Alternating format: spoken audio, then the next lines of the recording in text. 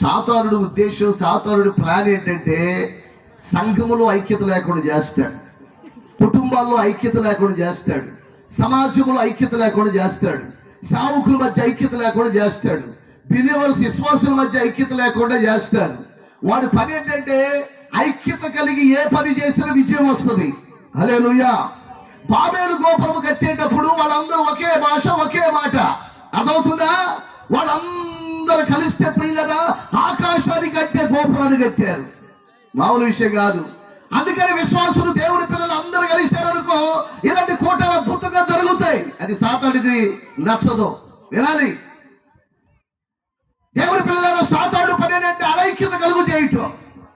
సంఘాల్లో దేవుని పిల్లల మధ్య ఒకరి పట్ల ప్రేమ, అనురాగాలు లేకుండా మా సంఘం కాదుగా, మా సేవకుడు కాదుగా, మా విశ్వాసి కాదుగా, మా కోటాలు కాదుగా, ఏంటండి మా కోటాలు కాదుగా, ఎవరి కోటాలు అయితే యేసయ్య సేవ కదా, ఇది దేవుడి రాజ్యం కట్టబట్ట కదా.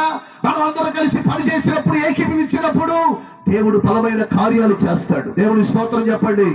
ఈ ప్రాంతంలో, ఈ గ్రామంలో ఉన్నటువంటి క్రైస్తవులు, దేవుడి పిల్లలు ఏక మనసుతో ఐక్యతతో ఉన్నప్పుడు, సంఘాలు దేవుడి పిల్లలు ఐక్యతతో ఉన్నప్పుడు సాతాను రాజ్యము కోల్పబడుతుంది, దేవుని రాజ్యము నిర్మాణం చేయబడుతుంది. చప్పలు కొట్టడం సార్. ఈ ఐక్యత లేకుండా పాడు చేస్తున్నాడు అపవాది.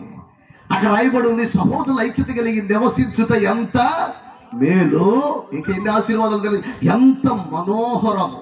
ఏంటంటే చెప్పండి, ఎంత మీరందరూ కలిసి పరిచయం చేస్తుంటే, మీరందరూ కలిసి పట్లేస్తుంటే, మీరందరూ కలిసి స్టేజీ కడుతుంటే, మీరందరూ కలిసి మైకులు పెడుతుంటే, మీరందరూ కలిసి సాహుడు చెప్పినట్టు ఏంటంటే ఆ చూడండి ఎంత సమాధానం ఉంటుంది.